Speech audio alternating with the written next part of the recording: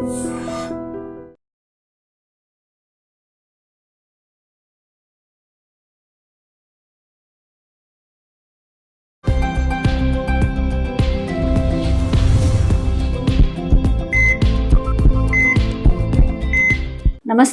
Welcome to healthy conversations with iDream media.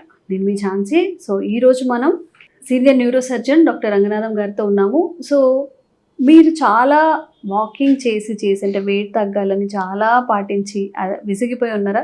ఇప్పుడు పెద్దవాళ్ళలో కూడా కొన్నాళ్ళు వాక్ చేస్తారు, కొన్నాళ్ళు చేయలేరు. మరి ఇప్పుడు మీ అందరి కోసం ఒక శుభవార్త వచ్చింది. జపనీస్ వాకింగ్ అని ఒక కొత్త వాకింగ్ మెథడ్ టెక్నిక్ అన్నమాట. సో అసలు ఇది ఏంటి, దీని గురించి వివరాలు అడిగి తెలుసుకుందాము. నమస్తే సార్. నమస్తే. ఎలా ఉన్నారు సార్? బాగున్నాను.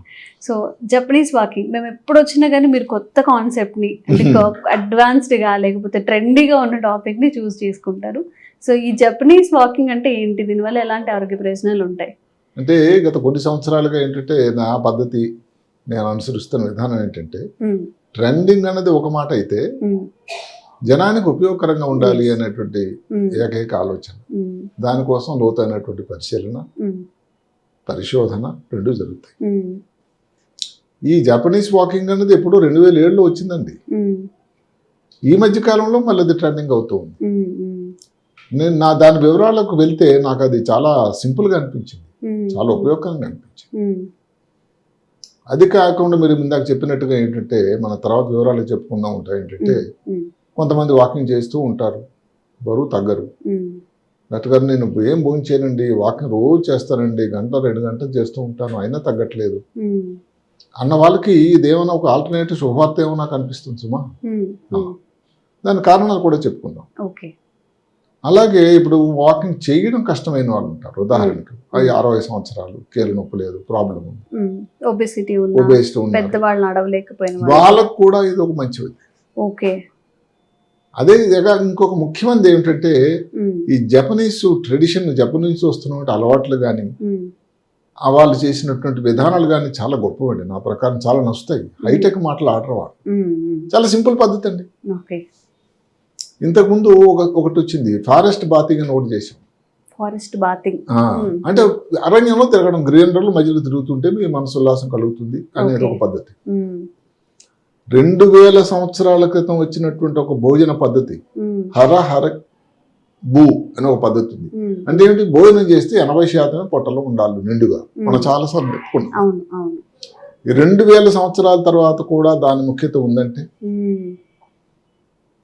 అలాగే ఇప్పుడు 2007లో వచ్చి 18 సంవత్సరాలు జరిగింది. ఇంకా నేను రాకపోయే తరాలకి ఇది చాలా ఉపయోగకరమైనటువంటి నడక పద్ధతి అని నాకు అనిపిస్తుంది. ఎందుకంటే ఇప్పుడు పెద్దవాళ్ళు అనుకున్నాం, పెద్దవాళ్ళు అయితే మన భారతదేశంలో దగ్గర 150 మిలియన్లు ఉన్నారు 60 సంవత్సరాలు పైబడిన వాళ్ళు. 80 సంవత్సరాలు పైబడిన వాళ్ళైతే దగ్గర 20,000-25,000 ఉన్నారు. అంటే ఇంక దగ్గరలో భారతదేశంలో కూడా జనాభా 70%, 60% సోకాల్ సీనియర్ సిటిజన్లు, వయోవృద్ధులు కాకపోయినా వృద్ధులు వాళ్ళ సంఖ్య పెరుగుతూ ఉంటుంది. వాళ్ళ అవసరాలను కూడా మనం పరిగణలో తీసుకోవాల్సిన అవసరం కూడా ఉంది. ఇప్పుడు ఈ జపనీస్ వాకింగ్ ఇందాక చెప్పుకున్నట్టుగానే 2007లో జపాన్లో ఫుకుయోకా అనే ఒక యూనివర్సిటీ నుంచి డాక్టర్ తనాకా అనే ఒక స్పోర్ట్స్ సైంటిస్టు ఆలోచన చాలా బాగుంది. అసలు ఎంత సింపుల్ అంటే, ఎందుకు వాకింగ్ చేసి దాని వలన అందరికీ ఉపయోగం రావటం లేదు అని ఆల్టర్నేటివ్ వాకింగ్ పద్ధతి కనిపెట్టాడు. ఏం లేదండి, చాలా సింపుల్ టెక్నిక్ ఇది. దానికి ఏం స్పెషల్ ఎక్విప్మెంట్ అలా కాదు, మీరేం జిమ్కి వెళ్ళక్కర్లేదు, ఇంటి దగ్గరే చేసుకోవచ్చు, పైన ఉండే టెర్రస్ మీద చేసుకోవచ్చు, ఎక్కడ డ్రైవే ఎక్కడన్నా కానీ సెల్లార్లో ఉంటే ఎక్కడన్నా చేసుకోవచ్చు. ఒక్క షూ వేసుకుంటే చాలు. షూ వేసుకొని వాక్ చేయాలా సార్? వేసుకుంటే, లేదంటే చెప్పులు లేకుండా, ఇంట్లో అయితే చెప్పులు లేకుండా నడిచినా సరే కూడా అది ఒక పద్ధతి. అంటే బయటకు వెళ్ళి నడుస్తుంటారు కొంతమంది కదా, అలాంటప్పుడు అంటే కావాల్సిందల్లా దీనికి ఎక్విప్మెంట్ అంటే ఒక ఇంట్రెస్ట్ ఉండాలి, నడవాలి, ఈ పద్ధతి నాకు నచ్చింది అని. రెండోది, ఒకవేళ అవసరం అయితే పాదరక్షలు, ఇంతేనండి ఖర్చు. చేసే పద్ధతి కూడా ఏమిటి, 3 గంటల సేపు చురుకుగా నడవడం, ఫాస్ట్గా. మీరు అడగొచ్చు ఎంత ఫాస్ట్గా నడవాలి డాక్టర్ గారు అంటే, మీకుండే సామర్థ్యంలో 70 నుంచి 85% ఇంకా నేను ఇంకా బాగా చేసి నడిచిపోతాను అన్నంత వరకు నడవాలి. అది ఎంతసేపు 3 నిమిషాలే. ఉమ్. అయిన తర్వాత ఇంకో 3 నిమిషాలు నెమ్మదిగా నడవాలి. ఓకే, ఫస్ట్ ఫాస్ట్ గా నడవాలి, తర్వాత స్లోగా నడవాలి. 3 నిమిషాలు, అదొక 3, ఇదొక 3, అదొక సైకిల్. అది ఉమ్. అట్లాంటివి 5 సైకిల్స్ అంటే 6 × 5 ఎంత అవుతుంది? అరగంట వాకింగ్ అయిపోయిందిగా. ఓకే, ఇది రిపీట్ చేయాలి సార్ ఒక 5 టైమ్స్. అది ఈ సైకిల్ ఏదైతే ఉందో ఫాస్ట్ వాకింగ్ తర్వాత స్లో వాకింగ్ అన్నది ఒక సైకిల్ కింద ఉంటే అలాంటివి 5 సార్లు రిపీట్ చేయాలి. ఓకే ఓకే, అరగంట అవుతుంది అప్పుడు. ఆ తర్వాత మీరు ఎన్ని సార్లు చేయగలరు? అది అసలు వాళ్ళు ఏం చెప్తున్నారంటే వారంలో 5 సార్లు చేసినా సరిపోతుంది. కానీ ఎవరికైనా సమయం ఎక్కువ ఉండి ప్రతిరోజు చేయగలిగితే ఇంకా దాని ఉపయోగం ఉంటుంది. ఇప్పుడు మీరు ఎవరన్నా అడిగేది నాకేమిటంటే ఇది ఎలాగ ఉపయోగం మిగతా వాటితో? జరుగుతున్నది ఏమిటంటే ఫాస్ట్గా నడుస్తున్నప్పుడు ఏమి జరుగుతుంది? గుండె కొట్టుకోవడం ఎక్కువ అవుతుంది, హార్ట్ రేట్. దానివల్ల శరీరం మీద ఒక ఛాలెంజ్ చేస్తుంది బాడీని. 3 నిమిషాలే. అదే కానీ కంటిన్యూస్గా అన్నట్టయితే ఇబ్బందులు కూడా వచ్చే అవకాశం ఉంది. 3 నిమిషాలు అయిన తర్వాత నెమ్మదిగా ఇంకొక 3 నిమిషాలు మీరు ఏం చేస్తున్నారు? దాన్ని రికవర్ అవడానికి సమయం ఇస్తున్నారు. ఈ ఎనర్జీ ఏదైతే ఉందో మొదట్లో ఉండేటువంటి ప్రక్రియట మన క్యాలరీస్ తగ్గడానికి, కొవ్వు పదార్థం కరిగిపోవడానికి చాలా ఉపయోగకరం. అందువల్ల ఎవరైతే వేడి తగ్గాలనుకునే వాళ్ళకి నా ప్రకారం ఇది చాలా చాలా మీరు అందరూ ప్రయత్నించండి. నేను అనుకోవడం నిరాశ నిస్పృహలతో కాకుండా మీరు అన్ని ప్రయత్నం చేస్తున్నారు కాబట్టి జిమ్కి వెళ్ళాల్సిన అవసరం లేకుండా రోజుకు 2 సార్లు కానీ మీరు నడవగలిగినట్టయితే ఎంత సమయం కేటాయించగలిగితే దాని ఉపయోగం ఉంటుంది అని నాకు అనిపిస్తూ ఉంటుంది. అండ్ సార్ దీనివల్ల బ్రెయిన్ కూడా కొంచెం యాక్టివేట్ అయ్యి యాక్టివ్గా ఉండే అవకాశం ఉంది. చాలా పద్ధతి అదే న్యూరోసర్జన్గా దానికోసం కొంచెం ఇంకా ఎక్కువ మాటలు చెప్తాను. ఇది దీనికోసం 2004లో పరిశోధన చేయగా వాళ్ళు అనుకున్నది ఏమిటంటే ఎండ్యూరెన్స్ అంటారు ఇంగ్లీష్లో, అంటే ఓర్పు. కోపం ఉన్న వాళ్ళకు కూడా ఓర్పు వస్తుందట, బలం రావడం, బీపీ కంట్రోల్. మీరు అడిగారు ఇప్పుడు మైండ్ ఏదైతే 3 ఎలివేషన్ బాగా, బ్రెయిన్ హెల్త్, మెదడు తాలూకు ఆరోగ్యం, ఆ వివరాల తర్వాత మాట్లాడుకో జరుగుతూ ఉంటాయి. ఆ తర్వాత ఇది ఇప్పుడు వచ్చి అంత 17 సంవత్సరాలు అనుకున్నా. ఈ మధ్యన 2004లో మొదటిసారి వస్తే 2018, 2007లో మొదటిసారి, రెండోసారి దాని తాలూకు స్టడీ ఏమిటంటే 2018. అంటే 10 సంవత్సరాలు గడిచిందిగా.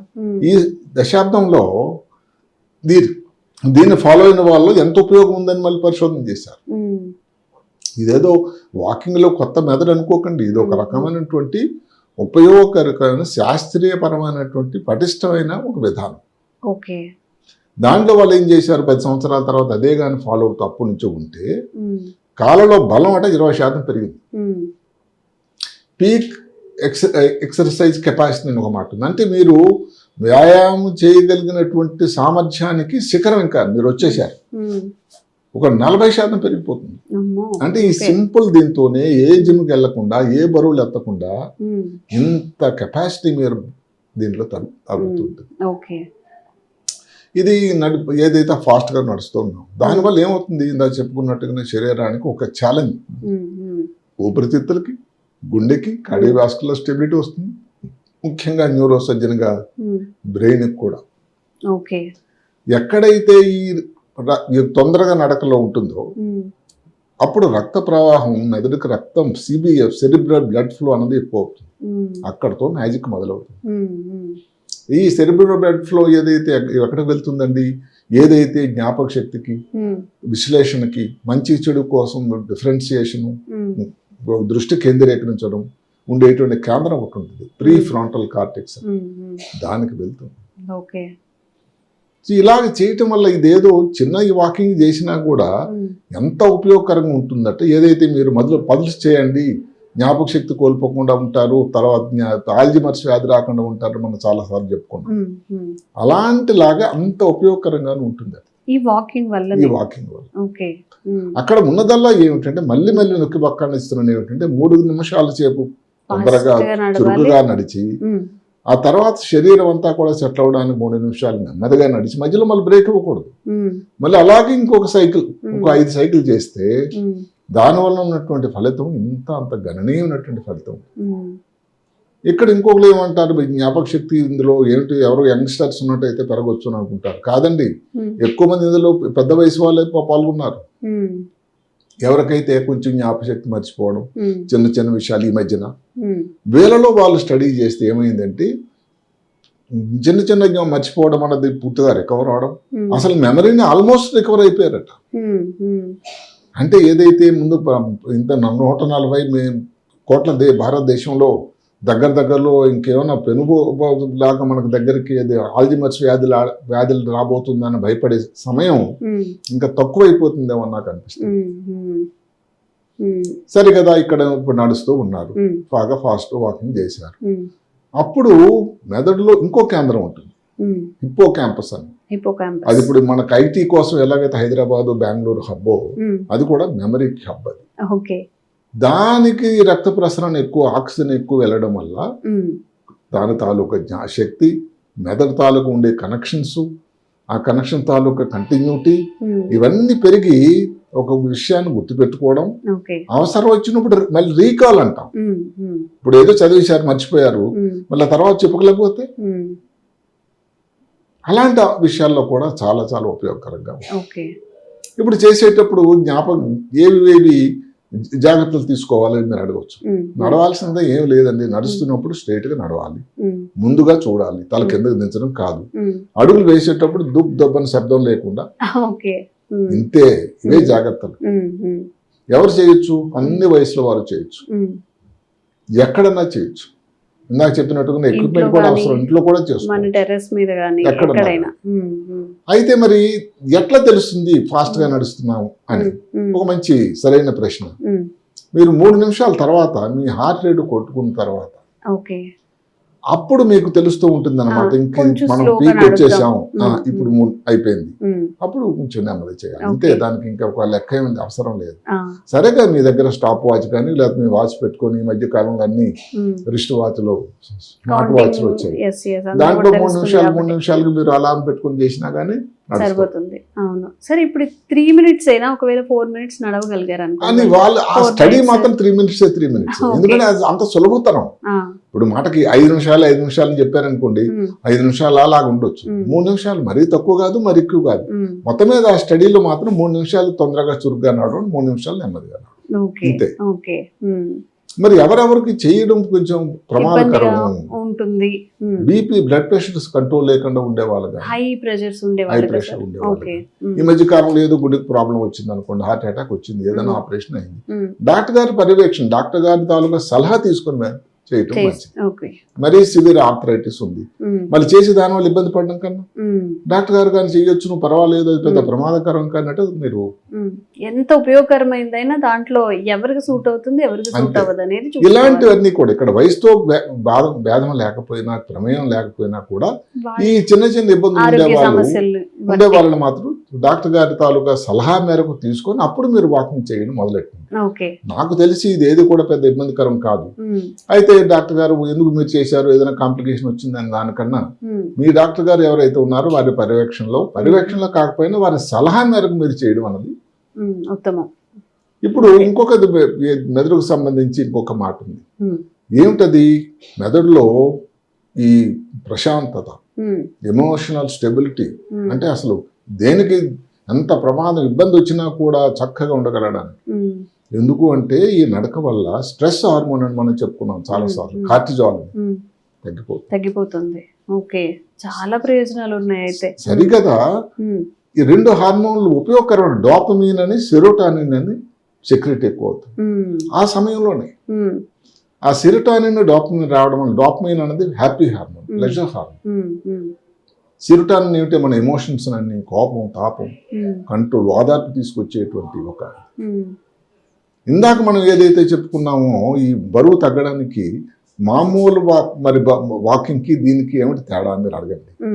వాకింగ్ అలా కంటిన్యూస్ గా మూసలో పోసినట్టు చేస్తుంటే తగ్గదు. కొంతమంది అన్కాన్షియస్ గా ఏదో ఆలోచించుకుంటూ నడుస్తారు, కొంతమంది బాడీని ఫ్రీ చేయకుండా ఏదో నడవాలి అన్నట్టు నడుస్తారు, దీనిలాగా తప్పదు అన్నట్టు చేయాలి అన్నట్టు. కొన్నిసార్లు నేను కూడా ఎక్స్పీరియన్స్ చేశాను సార్. 1 గంట 1/2 అవర్ వాకింగ్ చేసిన తర్వాత కూడా బాడీ రిలాక్స్ గా అనిపించదు, ఎందుకంటే మనం కాన్షియస్ గా చేయలేదు. దానికి ఒక మాట వాడారు, breaking the plateau. Breaking the plateau. Plateau ఏంటి మనకు తెలుసు, మనం దక్కన్ ప్లాటూలో ఉన్నాం. అదే కాకుండా ఎక్కడో టిబెటిన్ ప్లాటూ అంటే ఏమిటి, ఒక అక్కడ నుంచి ఒక దాటలేని traditional పరిస్థితి, గా, పెరగని పరిస్థితి. ఆ, ఆ. అలాంటప్పుడు దానికి కారణం ఈ శాస్త్రవేత్తలు చెప్పేదల్లా ఏమిటంటే ఒకే రకం ఉండడం వల్ల శరీరానికి ఏదైతే క్యాలరీస్ తగ్గేటువంటి పద్ధతి దానివల్ల జరగటం లేదు. ఇట్లా ఒక్కసారి పెరిగి చురుకుగా నడిచి తగ్గేటట్టు అయితే క్యాలరీస్ తగ్గడం కానీ ఫ్యాట్ తగ్గడం కానీ గణనీయంగా తగ్గేది. ఎన్నో బరువులు తగ్గిన వాళ్ళు కూడా ఉన్నారు. అందువల్ల మీరు కూడా ప్రయత్నించండి. ఇది ఒక చాలా సింపుల్ విషయం. అదే కాకుండా రాత్రి నిద్ర లేని వాళ్ళకు కూడా ఇది దివ్య విషయం అట. రాత్రి పూట ఒక 20 నిమిషాలు మీరు పడుకునే ముందు చేయండి. అసలు ఎంత ప్రశాంతత చేకూరుతుందో. రాత్రి మీకు నిద్ర వచ్చినట్టయితే దానివల్ల మళ్ళీ మీ జ్ఞాపక శక్తి ఏదైతే ఉందో, రాత్రి బ్రెయిన్ ఏం చేస్తుందంటే ఈ ఆలోచనలన్నింటినీ పక్కన పెట్టేసి ప్రశాంతంగా నిద్రిస్తే శరీరం అంతా కూడా హాయిగా రిలాక్స్ అవుతుంది. మెదడు తాలూకా రేపు చేయకోవాల్సిన ఆలోచనలన్నీ సమగ్రమై ఇంకా చురుకుగా మీరు తయారవుతారు. అంటే మెదడుకు సంబంధించి ఇన్ని విషయాలు ప్రీఫాటల్ కార్టెక్స్ కానీ, హిప్పో క్యాంపస్ లో కానీ, డోపమిన్ లేకపోతే సెరోటోనిన్ కానీ, కార్టిజాల్ తగ్గడం కానీ, ఎమోషనల్ స్టెబిలిటీ రావడం కానీ, ఇదేదో ఇందాక చెప్పినట్టుగా ఇది ఫ్యాడ్ అనుకోకండి, ఏదో కొత్త టెక్నిక్ అనుకోకండి. మామూలుగా చేసేటువంటి సైంటిఫిక్ గా ప్రూవ్డ్ ఒక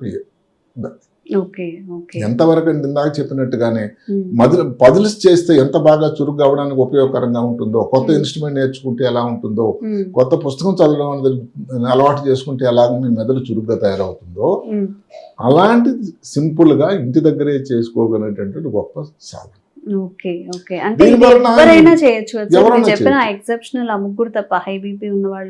అది కూడా చేయొచ్చు. వాళ్ళ తాలూకు డాక్టర్ గారు చేయొచ్చు, పర్వాలేదు 3 నిమిషాలే కదా అని వాళ్ళు అభయాసం ఇస్తే మీకు నమ్మకంగా ఉంటుంది. అంటే మళ్ళీ ఏదో వెళ్ళిపోయిన ఇబ్బందులు, మరి బ్లడ్ ప్రెషర్ కంట్రోల్ లేదనుకోండి, అది ప్రమాదం కదా. దానివల్ల మళ్ళీ ఏదైనా హార్ట్ లో కానీ ఇబ్బంది వచ్చేటట్టయితే, ఎందుకంటే ఆ 3 నిమిషాల సమయంలో ఎంత ప్రమాదం జరుగుతుందని ఆ కంటే ట్రీట్ చేస్తున్న డాక్టర్ గారే కరెక్ట్.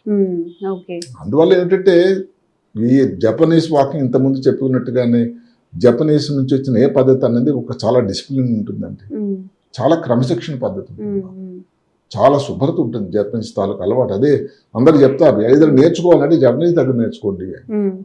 మీరు కొన్ని సంవత్సరాల క్రితమే ఖతర్లో ప్రపంచ వరల్డ్ కప్ అయింది ఫుట్బాల్. జపనీస్ ఆటగాళ్ళు కూడా అందులో పాల్గొన్నారు. ఆ మ్యాచ్ అయిన తర్వాత వాళ్ళు ఏం చేశారో తెలుసండి, ఇవన్నీ ఏదైతే పడేశారో ఈ బాటిల్స్ కానీ లేకపోతే ఏదైనా భోజన పదార్థాల తాలూకా కవర్స్ కానీ ఉంటే అవన్నీ ఏరి క్లీన్ చేసి వాళ్ళు వెళ్ళిపోయారట, ఏది ప్రేక్షకులు. ఇంకా మీరు చెప్పండి వాళ్ళ తాలూకా ప్రపంచం అంతా కూడా వాళ్ళ డిసిప్లిన్కి, వాళ్ళ హైజీన్, శుభ్రత కోసం ఆలోచనని జేజేలు పలికారు. ఈ వాకింగ్ కూడా అంత సింపుల్. ఇప్పుడు 2000 సంవత్సరాల క్రితం వచ్చిన హరహరి భూ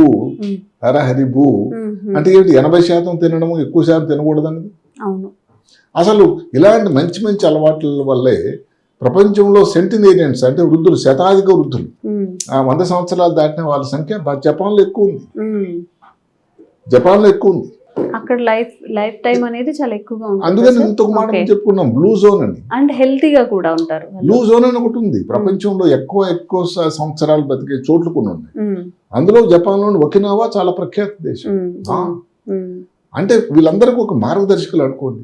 నేను అనుకోవడం ఇంకా ఇప్పుడు ఏదైతే 2000 సంవత్సరాల తర్వాత కూడా ఆహార పద్ధతి 80% తిని 20% ఖాళీ ఉండాలి పొట్టలు అనే పద్ధతి లాగే ఈ జపనీస్ వాకింగ్ కూడా ఇంకా చెప్పినట్టుగా ఎంతో మంది భావితరాల వారికి కూడా ఇది ఒక పెద్ద ఉపయోగకరంగా ఉన్నటువంటి వాకింగ్ అవుతుందని నా ఆలోచన.